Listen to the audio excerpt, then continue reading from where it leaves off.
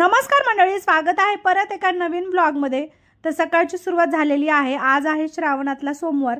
तर उपवास असल्यामुळे स्वयंपाकाची वगैरे काहीच घाई गडबड नाही। साबुदाणा बनवायला किती 10 मिनिटं लागतात।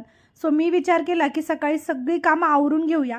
शक्यतोवर मी काय करते, इवाला स्कूलला सोडून आल्याच्या नंतर कामं करते, पण मला थोडंसं घाई गडबड व्हायली।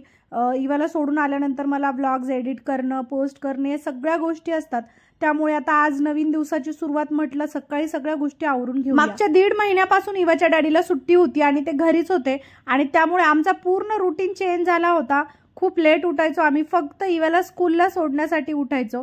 10 वाजता उठून चहा घ्यायचा, अंघोळ निवांत करायची आणि बाकी सगळ्या गोष्टी रिलॅक्समध्ये, काही टिफिन बनवायचं चिंता नको, घराची साफसफाई नेहमी चालायची।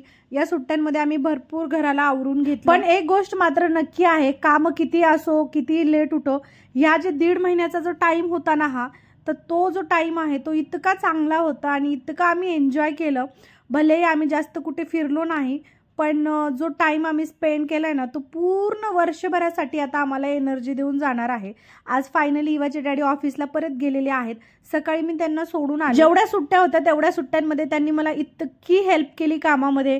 कपडे धुवून दिले, जे काही उरलं होतं घरातलं सगळा पसारा आवरून दिला, कारण त्यांना माहिती आहे मला रोजच्या कामामध्ये वेळ भेटत नाही आणि त्यांच्यामुळे आता घर अगदी स्वच्छ झालेले आहे। इवन आज सकाळी जातेवेळी सुद्धा इवाला आंघोळ घालून, युनिफॉर्म वगैरे घालून त्यांनीच रेडी केलं। आणि त्यानंतर मात्र आता छोटी मोठी कामं राहिलेली आहेत। घराची थोडी डस्टिंग करायची आहे।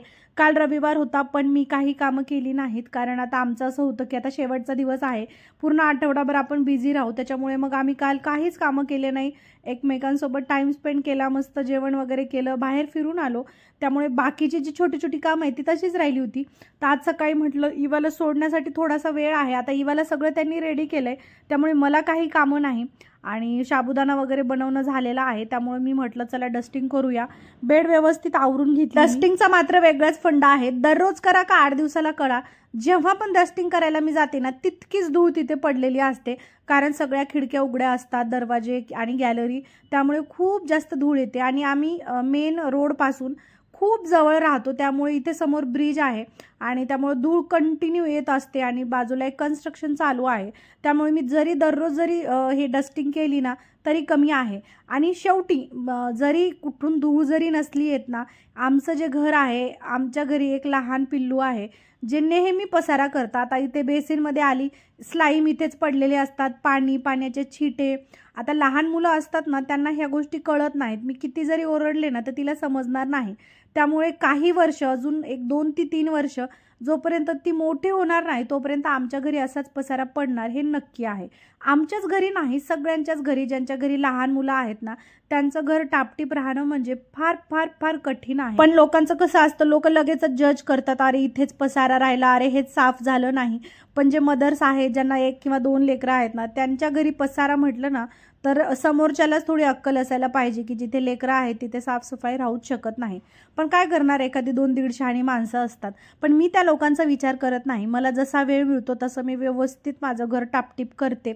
आता मला हे डस्टिंग वगैरे झालं ना, मावशी येतात फरशी वगैरे पुसण्यासाठी, त्या अगोदर मला सगळा पसारा खाली म्हणजे टाकावा लागतो, धूळ खाली पडलेली असते, काही जाळ्या वगैरे काढायच्या तर त्या सगळ्या मी शक्यतो रविवारी काढते, पण मावशी येण्या अगोदरच्या सगळ्या गोष्टी आवराव्या लागतात। आता ही जी काच आहे याला मी पेपरनी साफ करते। सुरुवातीला मी कोलिन वगैरे टाकून त्याला क्लीन करून घेतलं आणि जेव्हा तुम्ही पेपरनी आरसा साफ करता ना तर ते एकदम क्लीन निघतो, त्याच्यावर डाग वगैरे पडत नाहीत। तर ही ट्रिक मात्र मस्त आहे, पेपरमुळं मस्त असं पुसलं जातं। पेपर जर नसेल ना तर तुम्ही टिश्यू पेपरने सुद्धा व्यवस्थित पुसू शकता, खूप छान क्लीन साफ होतं। थोडीफार कामं केलेली आहेत आणि आता टाइम झालेला आहे, म्हटलं इवाला अगोदर सोडून येते आणि सोडून आल्यानंतर मग बाकीची जी छोटी मोठी कामं आहेत ना, कुठे टॉयज पडलेलं, कुठं काही कपडा टॉवेल वगैरे पडलेला, तर ते नंतर आल्यावर उचलते। आणि आता उपवास असल्यामुळे जेवणही करायचं नाही, त्यामुळे भरपूर वेळ आहे, म्हटलं तिला अगोदर सोडून येते। तेवढ्यात मी इवाला म्हटलं की मला पाणी आणून दे, मी दमली आहे जरा, उपवास असल्यामुळे मी पोटात काहीच नाही आणि 10:30 वाजलेले होते। तर तिला पाणी मागितल्यामुळे तिला ग्लास काही भेटला नाही आणि ती कधी नाही म्हणत नाही, तर तिने मला ना वाटीमध्ये पाणी आणून दिलं, की तिला असं वाटलं की आता मी नाही कुठे म्हणू, आणि कॅमेरा चालू असल्यामुळे ती जास्त बोलली नाही. जेव्हा मी बघितलं तेव्हा तिने मला छोट्याशा वाटीमध्ये व्यवस्थित पाणी आणून दिलं. म्हटलं आता तिला परत कुठे करू, जाऊ दे म्हटलं. मग मी पिऊन घेतलं वाटीमधलं. मुलं एकतर कामं ऐकत नाहीत, आणि आता ते ऐकली ना तर त्यांना असं रोखणं टोकणं केलं ना मग ते परत सोडून देतात. त्याच्यामुळे मी तिला थँक्यू बोलले आणि पाणी पिऊन घेतलं. त्यानंतर तिला स्कूलला सोडून आले. मी सोडून आल्याच्या नंतर मात्र मला जास्त कामं नव्हती, यूट्यूबचीच कामं होती, व्लॉग वगैरे अपलोड करणं. 1 वाजेपर्यंत मी शक्यतोवर यूट्यूबचा आणि फेसबुकचा व्लॉग अपलोड करते, आणि त्यानंतर मात्र इंस्टाग्रामची रील एडिट करत बसते. तर या सगळ्या गोष्टीला मला जवळजवळ 2 ते 3 तास लागतात, आणि उरलेला जो वेळ आहे त्याच्यात मी जेवण करते, आणि परत 3-3.5 तासाच्या नंतर तिला स्कूलमधून घेऊन. ऑफिस अजूनही प्रॉपर सुरू झालेलं नाही, अजून 1-2-3 दिवस सुट्ट्या आहेत, पण तरी सुद्धा ते ऑफिसला गेलेत. त्यामुळे आमचं असं ठरलं की जेव्हा मी इवाला स्कूलमधून वापस आणेन ना तेव्हा आम्हाला असं बाहेर जायचं ठरलं, कारण अजून 1-2 दिवस कधी मध्ये सुट्टी भेटू शकते. त्यामुळे मी सगळी कामं पटापट आटोपली आणि इवाला घेऊन स्कूलला गेले, म्हणजे इवाच्या स्कूलला गेली तिला आणण्यासाठी. आणि तिथून आम्ही गेलो इवाच्या डॅडीला पिकअप करण्यासाठी. तिथून त्यांना पिकअप केलं, आणि तिथून आम्ही गेलो एका ठिकाणी छोले भटुरे खाण्यासाठी. संभाजीनगरचा फेमस एक स्वीट मार्ट आहे, तिथे खूप छान छोले भटुरे भेटतात. तर इथे मला इवा स्कूलमधला अभ्यास सांगत होती की आता मला टेबल्स वगैरे पाठ करायचे आहेत, आणि मी म्हटलं तिला की चल बोलून दाखव जोपर्यंत आपली डिश येत नाही.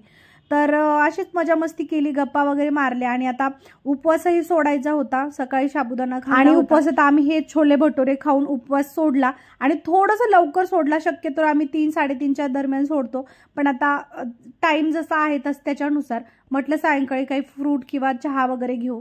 तर इतके मस्त छोले भटुरे होते ना, आणि दिवस इतका सुंदर स्पेंड झाला. कॉलेजचा पहिला दिवस होता, पण तरी सुद्धा असं वाटलं नाही की ते कॉलेजला गेलेत, कारण लगेच 3-4 तासात मी त्यांना घ्यायला. आयुष्य खूप छोटं आहे, त्याच्यात थोडंसं एन्जॉय करायला शिका. जास्त एन्जॉय करण्यासाठी जास्त पैसा लागत नाही, थोडासा टाइम लागतो. थोडासा टाइम काढायला शिका, थोडं बाहेर जायला शिका, किंवा मग घरातच राहून सुद्धा तुम्ही खूप खूप मजा मस्ती करू शकता. आम्ही शक्यतोवर ना बाहेर जात नाही, आम्ही खूप जास्त अँटी सोशल पर्सन आहेत. आम्ही बिलकुल बाहेर जात नाही. आम्ही आमचीच तिघाची फॅमिली आहे, आम्ही कोणाशी जास्त संवाद साधत नाही, कुठे फिरत नाही, पण आम्ही इतके खुश राहतो आमच्यामध्ये, आम्हाला काहीच लागत नाही खुश राहणे. एकच आयुष्य भेटलेले आहे, एन्जॉय करा. इथे इवाने एक क्लिप घेतली होती, मी इवाच्या डॅडीला काहीतरी स्टोरी सांगत होते, आणि मी इतकी मग्न असते स्टोरी सांगते वेळी. इवाच्या डॅडी शक्यतो दिवसभर बाहेर असतात, त्यामुळे मला असं असतं की दिवसभराचं काही ना काही जे काही छोटी मोठी गोष्ट आहे ना ती घडलेली त्यांच्यासोबत शेअर करावी. तर मी इथे तेच काहीतरी शेअर करत होते, मला आता आठवत नाही, आणि इवाने मस्त त्याला रेकॉर्ड केलेले आहे. त्यानंतर आम्ही घरी गेलो. असा होता आमचा दिवस. Thank you for watching. भेटू उद्याच्या ब्लॉगमध्ये. बाय.